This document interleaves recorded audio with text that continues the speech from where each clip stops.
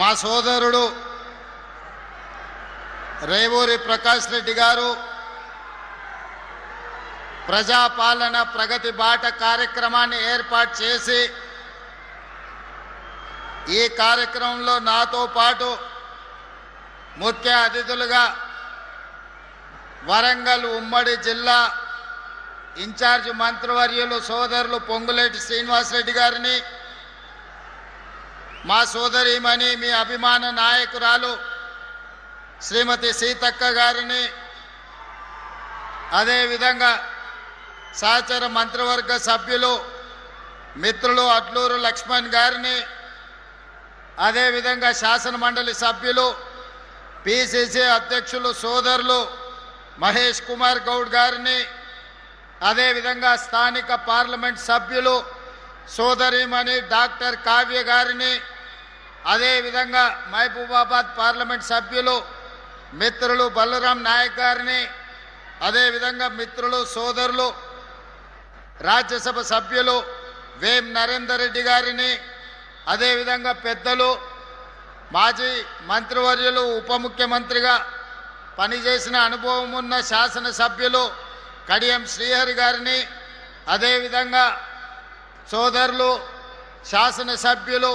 దొంతి మాధవరెడ్డి గారిని, సోదరుడు శాసనసభ్యులు నాయని రాజేందర్ రెడ్డి గారిని, అదేవిధంగా శాసనసభ్యులు మిత్రులు నాగరాజ్ గారిని, శాసనసభ్యురాలు పాలకుర్తి యశస్విని రెడ్డి గారిని, అదేవిధంగా సోదరుడు మిత్రులు గండ్రా సత్యనారాయణరావు గారి శాసనసభ్యులని, అదేవిధంగా బస్వరాజ్ సారయ్య శాసన మండలి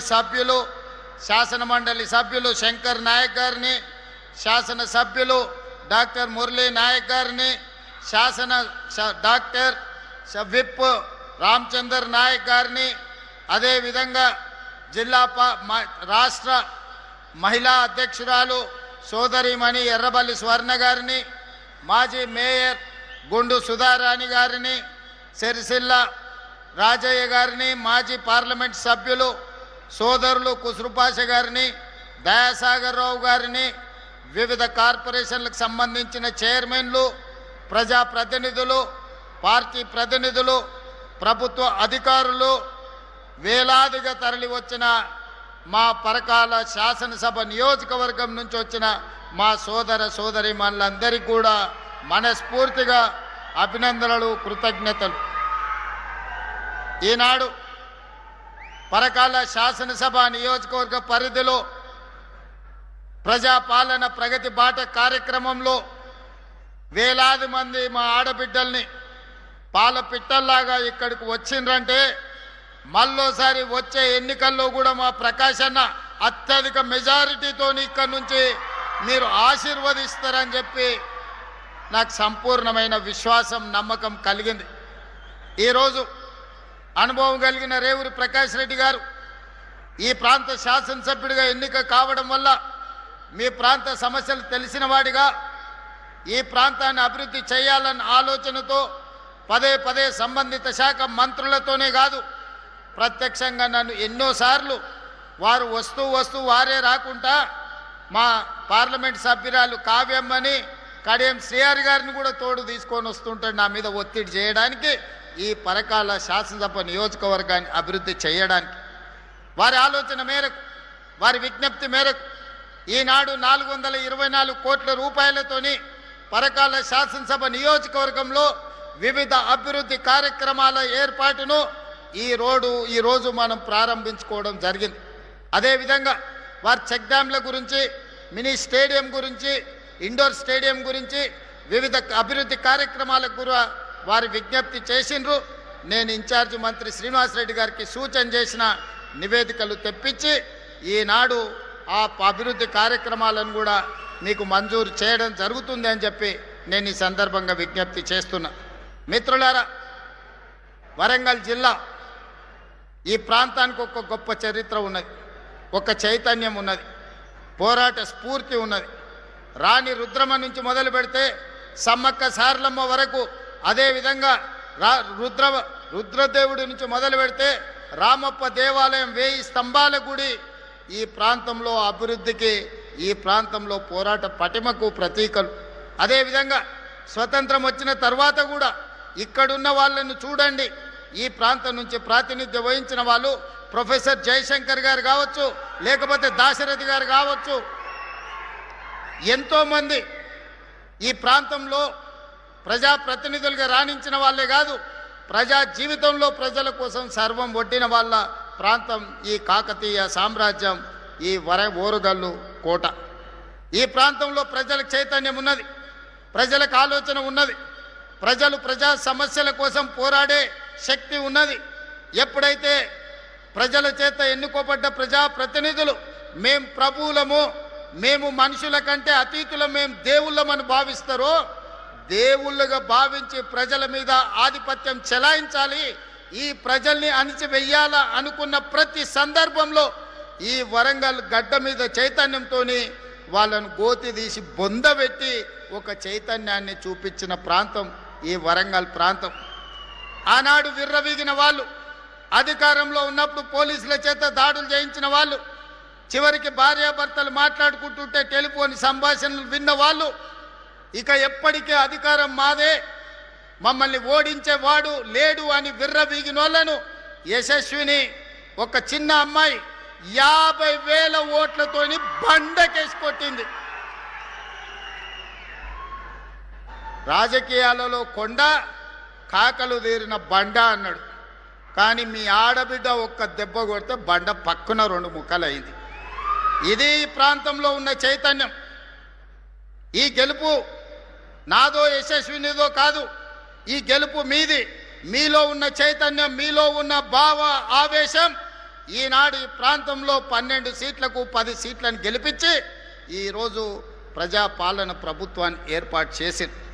అదేవిధంగా ఈనాడు పదే భావమార్దులు శాసనసభ ఏర్పాటు చెయ్యి, కేసీఆర్ పాలనలో ఏం జరిగిందో, రేవంత్ రెడ్డి పాలన ఏం జరిగిందో చర్చిద్దామని వారు అంటున్నారు. అయ్యా, మీ భావమార్దుల కోరిక మేరకు సెప్టెంబర్ నెలలో శాసనసభ సమావేశాలను ఏర్పాటు చేస్తా, భావమార్దులతో పాటు మీ మామను కూడా తీసుకొని రావాలి సభకని నేను చెప్తున్నా. మాజీ ముఖ్యమంత్రిగా, కేంద్ర మంత్రిగా 40 సంవత్సరాల అనుభవం ఉన్న చంద్రశేఖరరావు గారు శాసనసభకు రావాలి. 10 సంవత్సరాలు వారి పరిపాలనలో వారు తీసుకున్న సంక్షేమ పథకాలు, తెలంగాణలో చేసిన అభివృద్ధి గురించి చర్చించాలని నేను అడుగుతున్నా.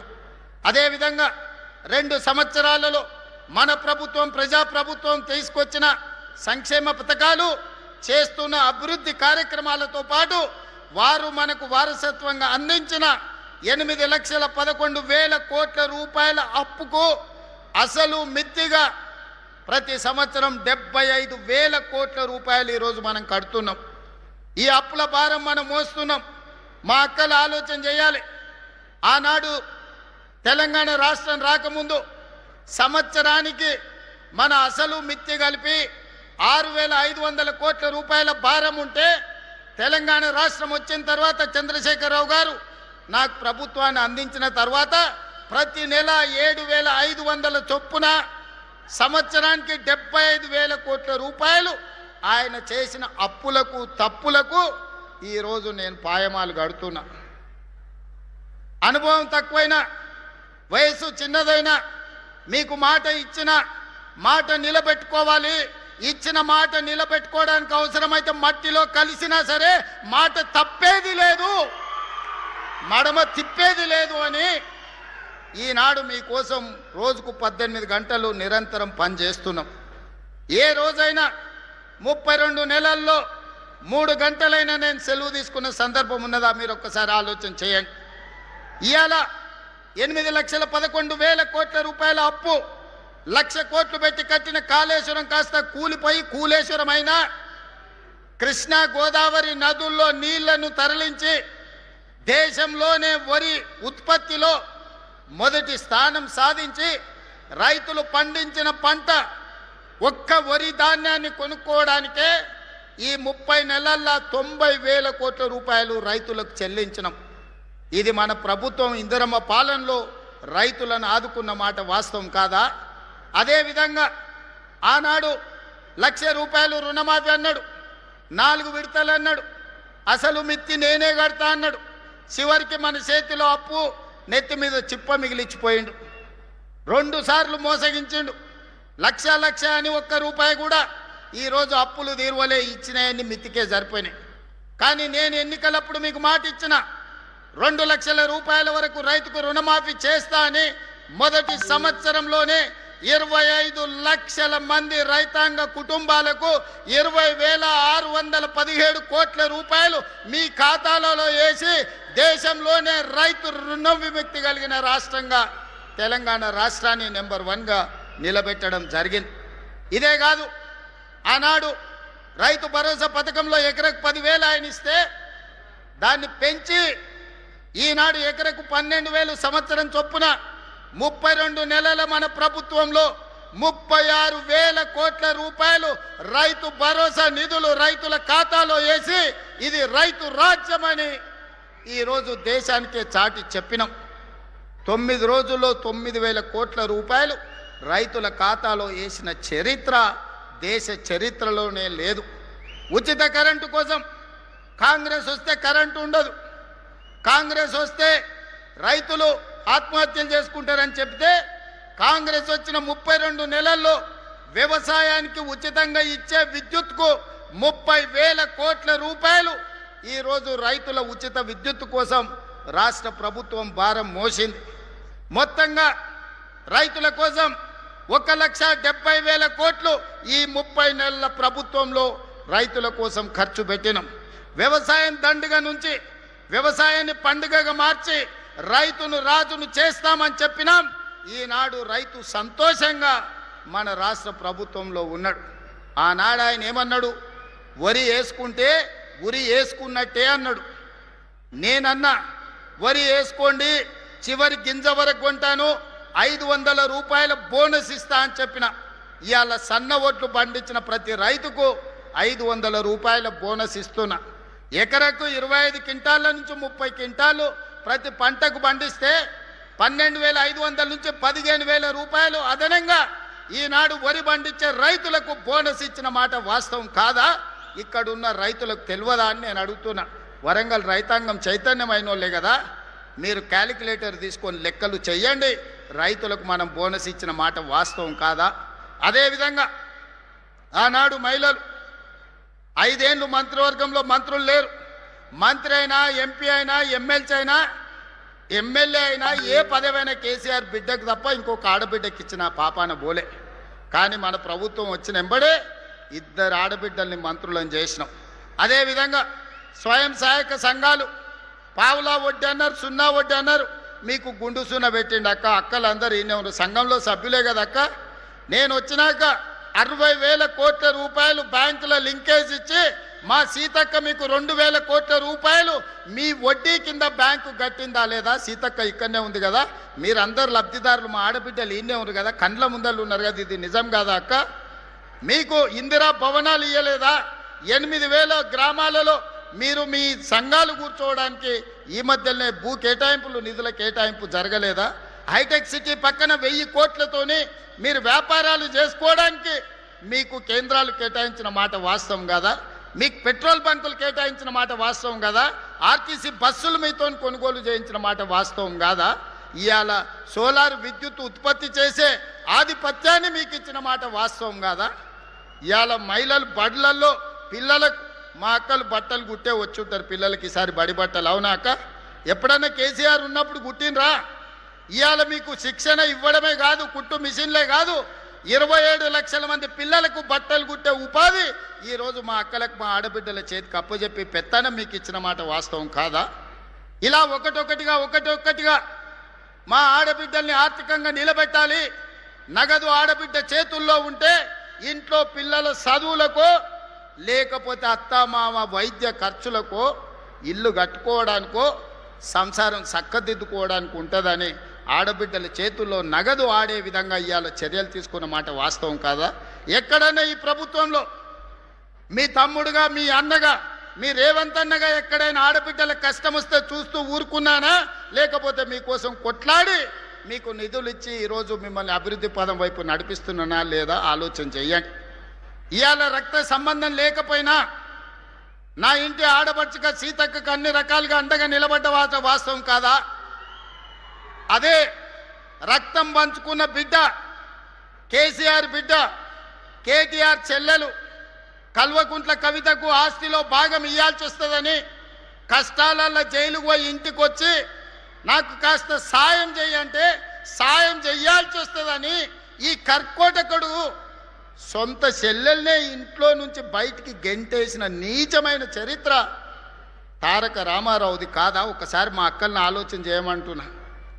చెడిపోయి పుట్టింటికి పోకూడదని అంటారు పెద్దలు, కానీ ఒకవేళ చెల్లి కష్టాలలో ఉండి ఇంటికి వస్తే వేల కోట్ల రూపాయల ఆస్తి ఉన్నోడు సొంత తొడబుట్టిన చెల్లెలకు సాయం చేయకుండా ఇంట్లో నుంచి గెంటేస్తే కన్న తండ్రి కళ్ళు మూసుకొని పోయినాడా? కన్న తండ్రి ఏమన్నా ధృతరాష్ట్రుడా?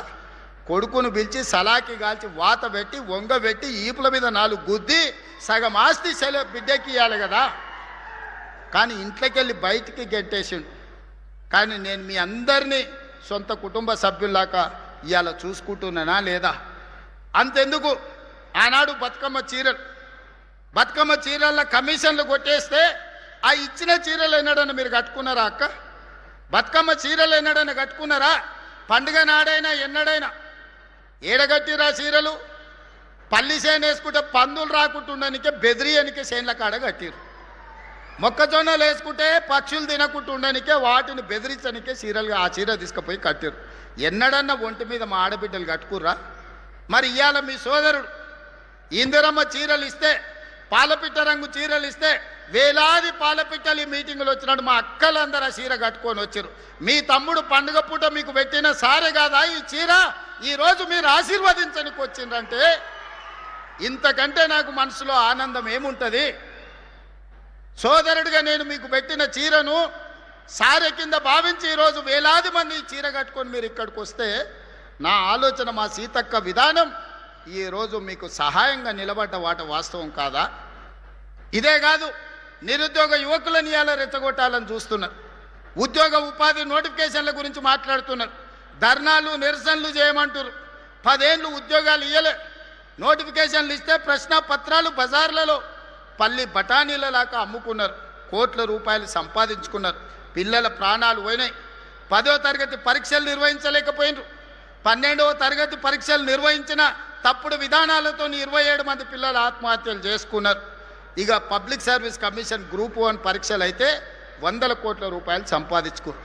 కానీ అదే మన ప్రభుత్వం వచ్చిన తర్వాత 70,000 ప్రభుత్వ ఉద్యోగాలు గ్రూప్ 1, గ్రూప్ 2, గ్రూప్ 3, గ్రూప్ 4, అదేవిధంగా పోలీస్, మెడికల్ అండ్ హెల్త్ వివిధ శాఖల్లో 70,000 ప్రభుత్వ ఉద్యోగ నియామకాలు చేపట్టి నిరుద్యోగ యువకుల యొక్క ఆకాంక్షల్ని, కలల్ని నెరవేర్చడానికి మన ప్రభుత్వం పనిచేసిన మాట వాస్తవం కాదా? ఇవాళ మళ్ళీ పోలీస్ నోటిఫికేషన్లు ఇచ్చినాం, పబ్లిక్ సర్వీస్ కమిషన్ నుంచి నోటిఫికేషన్లు ఇచ్చినాం. ఇవాళ పోలీసులకు ఇంకా నోటిఫికేషన్లు ఇవ్వంటూ అన్ని ఖాళీలు మీకోసమే, విడతల వారి నియామకాలు చేపడతాం. వయసు మీకోసమే సడలించినాం. మీ మంచి కోసమే, మీ నిరుద్యోగ సమస్య పరిష్కారం కోసమే, మీ ఉజ్వల భవిష్యత్తు కోసమే ప్రభుత్వం ఆలోచన చేస్తున్నది. మీ రేవంత్ అన్న ఆలోచన చేస్తుండు. నా కుటుంబంలో ఎవరు ఉద్యోగాల కోసం పోయేది లేదు. ప్రభుత్వంలో మేము కింద మీద చేసేది లేదు. పేదల కోసమే, దళితుల కోసమే, గిరిజనుల కోసమే, మైనారిటీల కోసమే, మహిళల కోసమే ఈ ప్రభుత్వం పనిచేస్తుంది. ప్రభుత్వ ఉద్యోగ నియామకాలు చేపట్టే బాధ్యత నాది. విడతల వారీగా మీకు నియామకాలు చేపడతా, ప్రతి ఖాళీని భర్తీ చేస్తా. ఈరోజు నోటిఫికేషన్లు వచ్చిన పరీక్షలకు మంచిగా ప్రిపేర్ అవ్వండి. మాయ మాటలు వింటిరా మోసపోతారు. ఆనాడు అగ్గిపెట్టెరావు గారు, అఘోరరావు గారు 100 రూపాయలు పెట్టి పెట్రోల్ తెచ్చుకున్నాడు సీసా నిండా. 10 పైసలు అగ్గిపెట్టె తెచ్చుకోలే. రెచ్చగొట్టిండు. అమాయకులైన పిల్లల ఆవేశానికి లోనైండ్రు. శ్రీకాంతాచారి ఎల్బీ నగర్లో నిట్ట నిలువున తగలబెట్టుకొని తెలంగాణ కోసం ఆత్మ బలిదానం చేసుకున్నాడు. ఒక యాదయ్య, ఒక కానిస్టేబుల్ కిష్టయ్య, ఒక ఈశాన్ రెడ్డి, ఒక వేణుగోపాల్ రెడ్డి, 1200 మంది పిల్లలు తెలంగాణ రాష్ట్ర ఉద్యమంలో వీళ్ళు రెచ్చగొడితే, వీళ్ళు వీధి నాటకాలు వేస్తే ఆత్మ బలిదానాలు చేసి తెలంగాణ రాష్ట్రం తెచ్చుకున్నారు. కానీ చంద్రశేఖరరావు గారి కుటుంబంలో ఎవరికన్నా అగ్గిపుల్లంతనన్నా చేతి గాలిందా? ఎవరన్నా కుటుంబం వాళ్ళ బంధువులలో ఎవరన్నా తెలంగాణ కోసం ప్రాణత్యాగం చేసిండ్రా? రెచ్చగొట్టాలే, మంది పిల్లలను సావగొట్టాలి, ఆ శవాల పునాదుల మీద అధికారంలోకి రావాలనేదే వాళ్ళ ఆలోచన. మొన్నటికి మొన్న మీడియా మిత్రులు చూసింటారు, తెలంగాణ భవన్లో రక్తదాన కార్యక్రమం పెట్టారు. కాళేశ్వరం గోదావరి నీళ్లు మాకు ఇవ్వండి, మా రక్తం తీసుకోండి అని రక్తదాన కార్యక్రమం పెట్టారు తెలంగాణ భవన్లో. నేను అనుకున్నా కనీసం తిన్న కొవ్వు అరుగుతుంది, హరీష్ రావుకు కేటీఆర్కు కొంత రక్తం ఇస్తే అనుకున్నా. వాళ్ళ కుటుంబంలో ఒక్కడు కూడా ఇయ్యలే. అమాయకులైన బీఆర్ఎస్ కార్యకర్తలు 100 మంది రక్తం ఇస్తే ప్రైవేట్ హాస్పిటల్లో పోయి కోట్ల రూపాయలకు ఆ రక్తం అమ్ముకున్నారు. ఆనాడు తెలంగాణ రాష్ట్రాన్ని దోపిడీకి పాల్పడుతుంది, 1000 కోట్లు కొల్లగొడుతుంది, అధికారాన్ని మీరే అనుభవిస్తుంది. చివరికి రోజు ప్రతిపక్షంలో ఉంటే మీ కార్యకర్తల రక్తాన్ని కూడా మోసం చేసి తీసుకొని ప్రైవేట్ హాస్పిటల్కి అమ్ముకొని పైసలు సంపాదించుకుంటున్నంటే మీరు మనుషుల, రాక్షసుల, రక్త పిపాసుల అని నేను ఈరోజు వేదిక మీద నుంచి అడుగుతున్నా. ఎందుకు ఇవ్వలేదే కేసీఆర్? ఆయనకు ఆరోగ్యం బాగాలేదనుకుందాం. హరీష్ రావు, కేటీఆర్ పాదయాత్రలు చేస్తాం, గోడలు దుంకుతాం అంటుండు కదా, చుక్క రక్తం కూడా ఎందుకు ఇవ్వలేదు మన రక్తదానంలో అని అడుగుతున్నా. రాజ్యసభ తీసుకున్న సంతోష్రావు ఎందుకు ఇవ్వలేదు? మంత్రి పదవి తీసుకున్న ఎర్రబల్లి దయాకర్ రావు ఎందుకు రక్తం ఇవ్వలేదయా? ఎందుకు ఇవ్వలేదు? వినోద్ రావు ఎందుకు ఇవ్వలేదు? వాళ్ళు మాత్రం ఏమి ఇయ్యరు, సిల్లు గవ్వియ్యరు, సుక్క రక్తం పొట్టివ్వరు. తెలంగాణ ప్రజల సొమ్ము 1000 కోట్లు కొల్లగొడతారు, చివరికి కార్యకర్తల రక్తాన్ని కూడా అమ్ముకునే రక్త పిపాసులు ఈరోజు కేసీఆర్ కుటుంబం అని నేను చెప్పదలుచుకున్నా. అందుకే యువ మిత్రులారా, మీ జీవితాలు నాశనం చేసుకోకండి, మీ ప్రాణాలు త్యాగం చేసుకోకండి, మీ సమయాన్ని వృధా చేసుకోకండి. మీరు ధర్నాలను, నిరసనలను పోతే పోలీసులు ఏవైనా కేసులు పెడితే మీ ఉద్యోగ ఉపాధి అవకాశాలు దెబ్బతింటాయి. ఆనాడు తెలంగాణ ఉద్యమంలో పెట్టిన కేసులు ఈనాటికి మిమ్మల్ని వెంటాడుతున్నాయి, వేటాడుతున్నాయి. అందుకే మీ సోదరుడు మీ రేవంత్ అన్న ఇక్కడ ఉన్నంత కాలం మీ ఉద్యోగ ఉపాధి అవకాశాల కోసం 100% మీకోసం కృషి చేస్తా, మీ సమస్యల్ని పరిష్కరిస్తా అని చెప్పదలుచుకున్నా. ఒక పక్కన రైతుల కోసం, మరో పక్కన మా ఆడబిడ్డల కోసం, ఇంకొక పక్కన నిరుద్యోగ యువకులు, విద్యార్థుల కోసమే ఈ రాష్ట్ర ప్రభుత్వం ఉన్నది. రైతు సంక్షేమం కోసం, రైతుల అభివృద్ధి కోసం, మహిళల అభ్యున్నతి కోసం, నిరుద్యోగ యువకుల ఉద్యోగ ఉపాధి కోసం మన ప్రభుత్వం పనిచేస్తుంది. నిండు మనసుతో మీరు ఆశీర్వదించండి. అదేవిధంగా నిన్న మన వాళ్ళు మాట్లాడి చర్చిద్దాం, సవాలు చేద్దామని శాసనసభలో. మళ్ళీ చెప్తున్న మీడియా మిత్రులారా రాసుకోండి, సెప్టెంబర్లో శాసనసభ సమావేశాలను పెడతాను. నేను ఒక పోలిక నేను మీకు చెప్పదలుచుకున్నా. ఆనాడు చంద్రశేఖరరావు గారు ముఖ్యమంత్రి అయ్యిండు. చంద్రశేఖరరావు గారు ముఖ్యమంత్రి అయితే హరీష్ రావు గారు, తారక రామారావు గారు మంత్రి అయ్యిండ్రు. నేను ముఖ్యమంత్రి అయితే మా సుయితక్క, కొండా సురేఖని మంత్రులను చేసిన నేను. ఆనాడు చంద్రశేఖరరావు ముఖ్యమంత్రి అయితే ఆయన ఎర్రబల్లి దయాకర్ రావుని మంత్రిని చేసిండు. నేను ముఖ్యమంత్రి అయితే మా అడ్లూరు లక్ష్మణ్ని నేను మంత్రిని చేసిన. ఆనాడు చంద్రశేఖరరావు గారు ముఖ్యమంత్రి అయితే ఆయన బిడ్డను ఎంపీ చేసుకున్నాడు, ఓడిపోతే ఎమ్మెల్సీ చేసుకున్నాడు. నేను ముఖ్యమంత్రి అయితే మా చెల్లెలు డాక్టర్ కావ్యను పార్లమెంట్ సభ్యుడిగా చేసిన, యశస్విని ఎమ్మెల్యేగా చేసిన నేను. ఆనాడు చంద్రశేఖరరావు ముఖ్యమంత్రి అయితే జోగినిపల్లి సంతోష్రావు సడ్డకుని కొడుకుని రాజ్యసభ చేసుకున్నాడు. ఈనాడు నేను ముఖ్యమంత్రి అయితే మిత్రధర్మంగా వేం నరేందర్ రెడ్డిని మీ బిడ్డను రాజ్యసభలోకి పంపించిన నేను. ఆనాడు చంద్రశేఖరరావు ముఖ్యమంత్రి అయితే కరీంనగర్లో వినోద్రావును బండకేసి కొడితే ప్లానింగ్ కమిషన్ వైస్ చైర్మన్ చేసుకున్నాడు. నేను ముఖ్యమంత్రి అయితే తెలంగాణ ఉద్యమ కారకుడు JAC political JAC chairman Kodandaram గారిని నేను ఎమ్మెల్సీ చేసిన.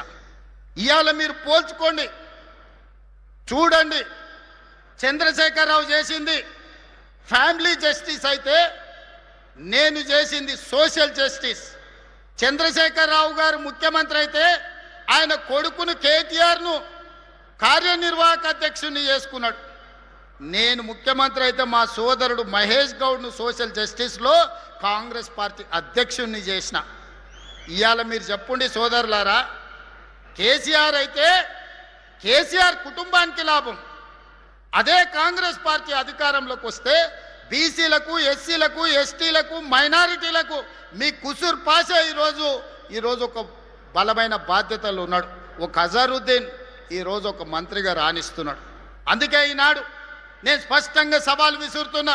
చంద్రశేఖరరావు ముఖ్యమంత్రి అయితే ఎవరెవరికి లాభం జరిగిందో అదే ఇందిరమ్మ రాజ్యం ప్రజాపాలన వస్తే ఏ రకంగా సీతక్క కొండ సురేఖమ్మ మంత్రులైండో, ఏ రకంగా అడ్లూరు లక్ష్మణ్ మంత్రి అయిండో, ఏ రకంగా అజరుద్దీన్ మంత్రి అయిండో, ఏ రకంగా డాక్టర్ కావ్య ఎంపీ అయిందో, యశస్విని ఎమ్మెల్యే అయిందో, వేం నరేందర్ రెడ్డి రాజ్యసభ అయిందో, లెక్కలన్నీ పక్కాగా నేను చెప్తా.